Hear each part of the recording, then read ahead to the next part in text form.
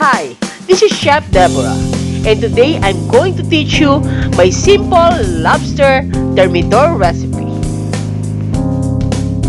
This recipe is very easy to prepare, and of course, it's so yummy.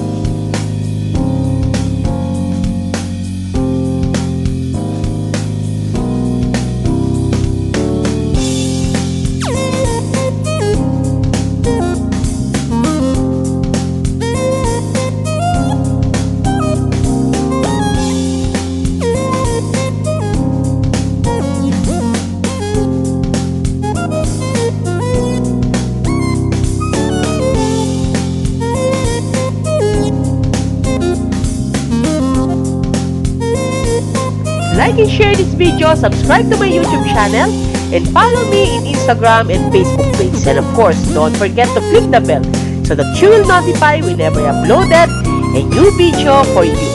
And again, this is Chef Deborah. I hope you enjoy cooking with me.